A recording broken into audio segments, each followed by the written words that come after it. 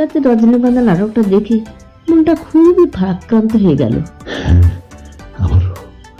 আমার মনটা খুবই ভারাক্রান্ত হয়ে গেল, বিশেষ করে রজনীর চরিত্রটা। একটা মানুষ কিভাবে অন্যায়ের শিকার হয়ে ধীরে ধীরে ভেঙে পড়তে পারে সেটা খুবই ভালোভাবে দেখিয়েছে নাটকটা। সবচেয়ে কষ্ট পেলাম যখন প্রভাত রজনীর সামনে এসে দাঁড়ালো এবং মৃত্যুর দোরগোড়ায় দাঁড়িয়ে থাকা কৈলাস শর্মার ছোড়া গুলিটা সে খেলো। হ্যাঁ হ্যাঁ, নিজের জীবনের কথা একবারও না ভেবেই স্ত্রীকে বাঁচাতে স্ত্রীর সামনে শেষে ওইভাবে দাঁড়িয়ে গেল। হ্যাঁ ঠিক তাই। কিন্তু একটা কথা বুঝলাম, লোভ আর ক্ষমতার অপব্যবহার শুধু একজন মানুষের জীবন নষ্ট করে না, পুরো পরিবারকে ধ্বংস করে দিতে পারে। একেবারেই তাই। ছদ্মবেশের আড়ালে কৈলাস শর্মার কথাটাই চিন্তা করো। লোভ লালসার বশবর্তী হয়ে নিজের ভাগ্নের সংসারে কেউ এমন ভাবে ধ্বংসযজ্ঞ চালাতে পারে? হ্যাঁ, দিনের পর দিন কৈলাস শর্মা তার ভাগ্নি মেয়ের উপর চালায় তার জৈবিক চাহিদার লালসার থাবা।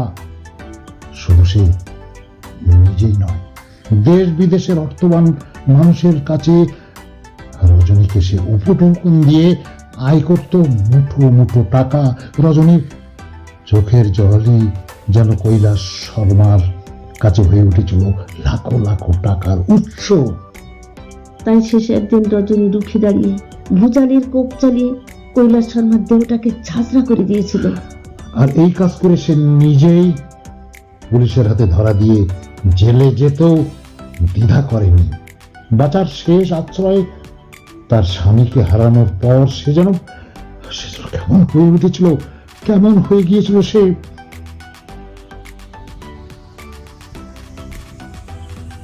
তো বন্ধুরা, এবারে নাটক শুনুন। ভালো লাগলে লাইক, কমেন্ট, শেয়ার করবেন এবং দয়া করে চ্যানেলটিকে সাবস্ক্রাইব করে দেবেন। নমস্কার। এবারে শুনুন নাটক আমি রাতের রজনীগন্ধা। বাবু মশাইরা, আমি রাতের রজনীগন্ধা।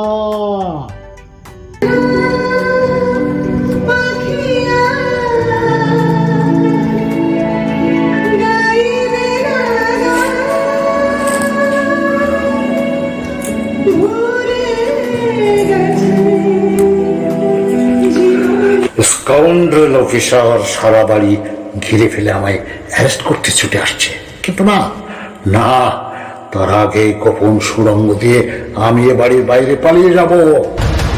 পালানোর পর তোমার চিরতরে বন্ধ রাজা প্রদীপ। কি তোমার চালাকির খেল এখানেই শেষ।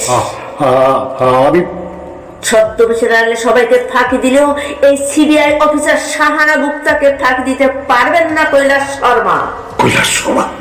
ইয়েস, এই দেখুন শেখ সিরাজ আফ্রিদির ছদ্মবেশের আড়ালে লুকিয়ে থাকা কৈলাস শর্মাকে।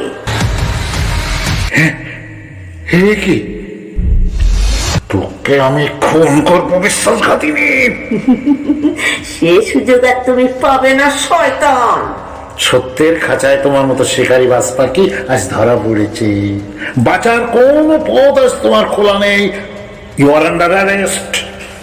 সবাই ওকে অ্যারেস্ট করো।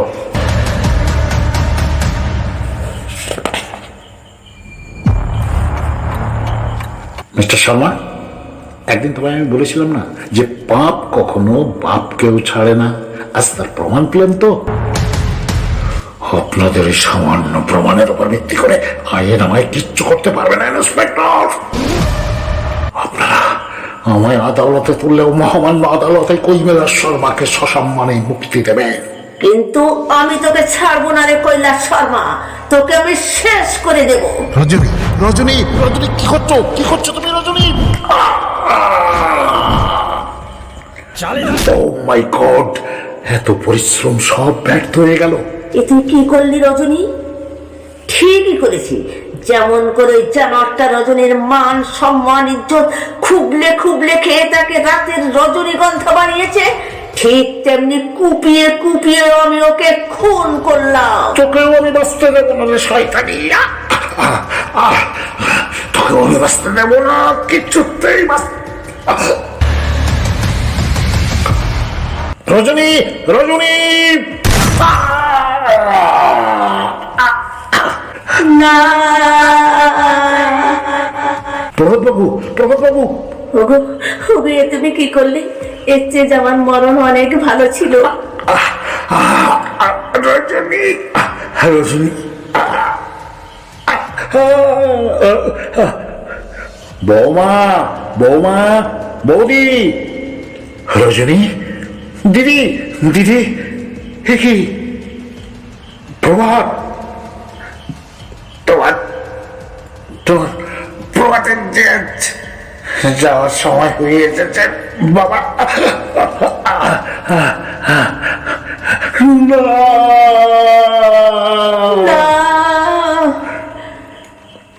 না দাদা, না না, ও কথা তুমি বলো না দাদা, ও কথা তুমি বলো না। এখনই এখনই আমরা তোমাকে হাসপাতালে নিয়ে যাব।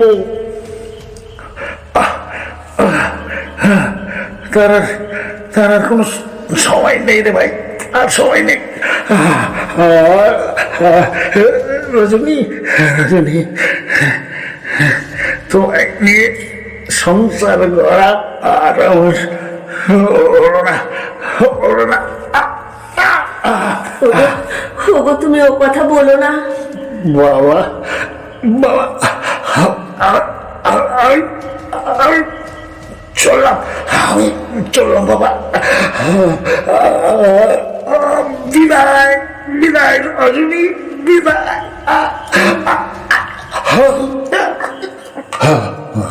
না ওগো, ওগো তুমি কথা বলো, একটিবার চোখ মেলে তাকাও, শুধু একটিবার, শুধু একটিবার চোখ মেলে তাকাও। ও ঈশ্বর, এ তুমি কি করলে? আমায় আমায় আপনারা ক্ষমা করবেন। আমার কর্তব্য রক্ষায় শেষ সিরাজ আফ্রিদি ওরফে কৈলাস শর্মাকে খুনের অপরাধে আমি রজনী দেবীকে হ্যারেস্ট করতে বাধ্য হলাম। না না, না, না, না।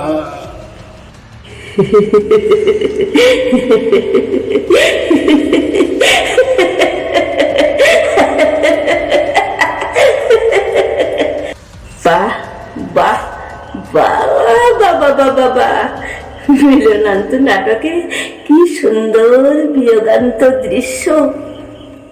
আজ আমি সর্বহারা কলঙ্কিনী, যে মেয়েটা পূজারিনী সেজে সংসারের সেবা পুজোর মাঝে নিজেকে বিলিয়ে দিতে চেয়েছিল, বিধির বিধানে সে আজ রাতচোরা বাবুদের কামনার কুসুম করি, রাতের রজনীগন্ধা। আর সেই রজনীগন্ধার কলঙ্কৃত হৃদয় আর চিৎকার করে বলছে, সাজবাতি ফেলে কুলবধূ জালে যৌবন দ্বীপ সন্ধ্যা, পশারিণী বেশি পূজারিণী কয়, আমি রাতের রজনীগন্ধা, আমি রাতের রজনীগন্ধা, আমি রাতের রজনীগন্ধা।